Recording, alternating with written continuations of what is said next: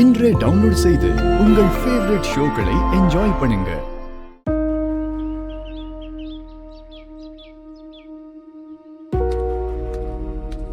Hi Nandini, வந்து ரொம்ப நேரம் ஆச்சா? காக்க வச்சிட்டேனா?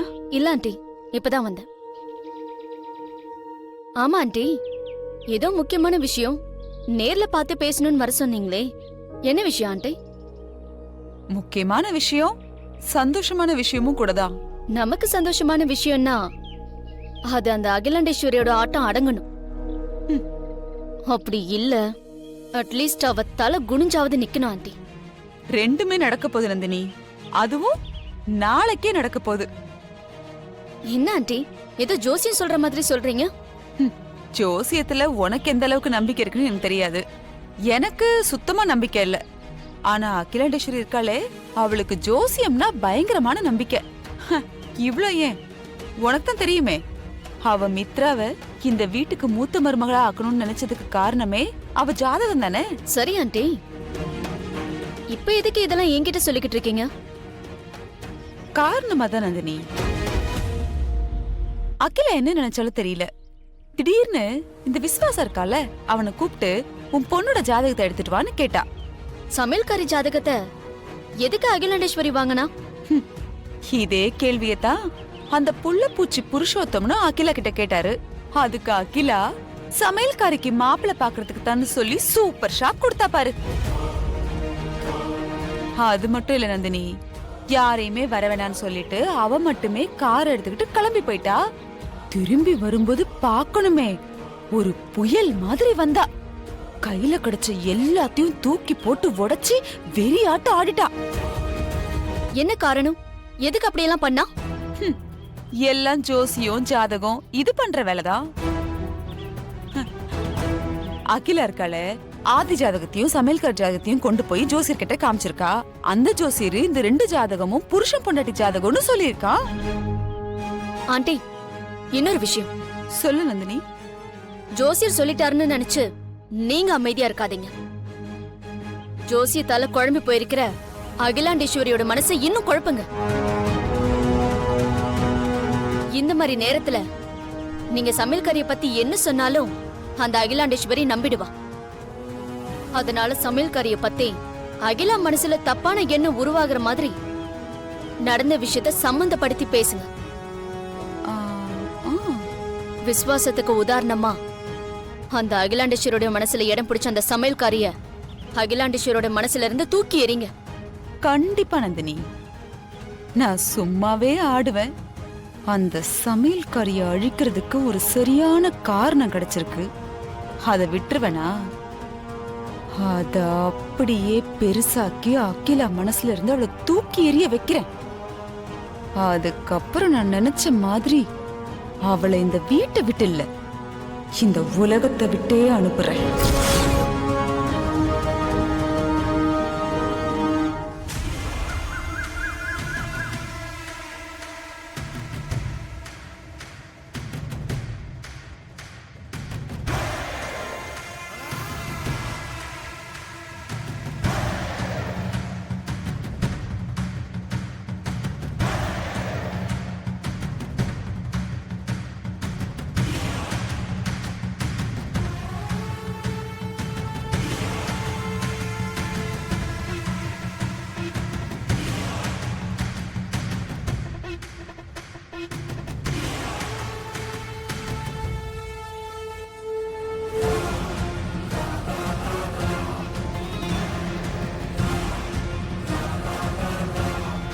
மித்ரா, அகிலா நல்லா குழம்பி போயிருக்கா. இதுதான் நமக்கேத்த சமயம். நான் இந்த சந்தர்ப்பத்தை பயன்படுத்திக்கிறேன்னு மட்டும் நீங்க நினைக்க கூடாது, அப்படின்னு நான் சொல்லுவேன். அக்கா, நல்லா யோசிச்சு பாருங்க, உங்க 25வது வருஷ கல்யாண நாள் விழாவுல என்ன நடந்தது?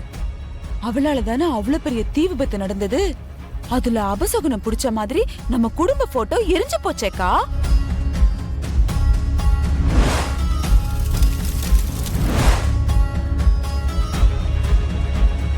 யோசிக்கிறா.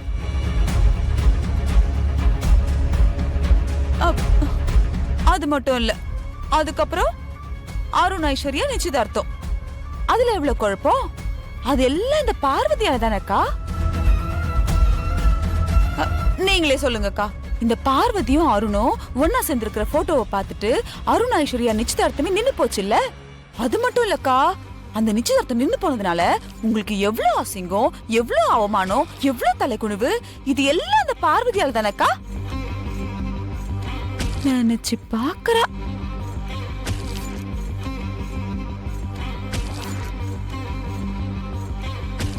நினைச்சு பாக்குறா. நம்ம சொல்றதெல்லாம் அமைதியா கேட்டுக்கிறான்னா நம்ம போட்ட பிளான் ஒர்க் அவுட் ஆகுதுன்னு அர்த்தம். அத அப்படியே புடிச்சுக்கிட்டு ஏறி போயிடுவேனச்சா. அக்கா, பார்வதி என்னமோ ரொம்ப நல்ல பொண்ணுதான், அதெல்லாம் நம்ம இல்லைன்னு மறுக்கவே முடியாது. ஆனா அவளால நம்ம குடும்பத்துக்கு எப்பாவது நல்லது நடந்திருக்கா? இது வரைக்கும் குழப்பமும் பிரச்சனையும் தான் அதிகமாயிட்டே இருக்கு. இப்ப பாருங்க, நீங்க எப்படி இடிஞ்சு போய் உட்கார்ந்து இருக்கீங்க. இவ்வளவு ஏங்கா, கொடுத்த வாக்க காப்பாத்துறதுல உங்களை தான் எல்லாரும் உதாரணமா சொல்லுவாங்க. அப்படிப்பட்ட உங்களாலேயே உங்க வாக்க காப்பாத்த முடியாம போயிடுச்சே.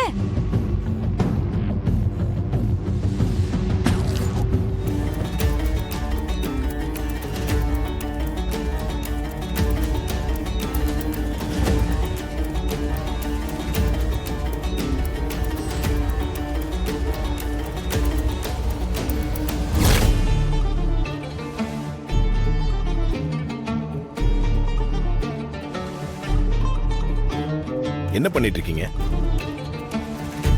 ஏற்கனவே அம்மா குழப்பத்துல இருக்காங்க. இதான் சமயம் உங்க பங்குக்கு கொளுத்தி போட்டுட்டு இருக்கீங்களா?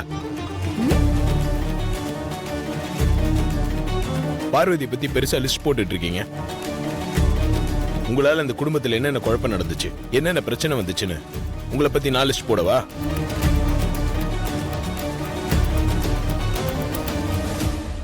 ஏதோ அம்மா அமைதியா இருக்காங்கன்னு வாய்க்கு வந்ததெல்லாம் பேசிட்டு இருக்காதீங்க. எல்லா நேரத்திலயும் நான் பொறுமையா இருக்க மாட்டேன்.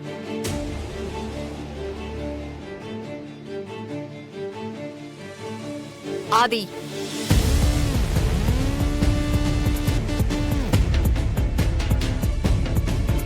இப்போ வனஜா என்ன பேசிட்டான்னு நீ அவகிட்ட இவ்ளோ கடுமையா நடந்துட்டு இருக்க?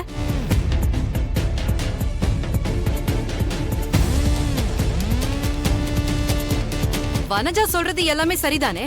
அவ சொல்றதுல என்ன தப்பு இருக்கு? அப்படி போடு. என்னம்மா சொல்றீங்க? இந்த பாரு, பார்வதி நல்லவதான், அப்பாவி பொண்ணுதான், விசுவாசமானவதான்.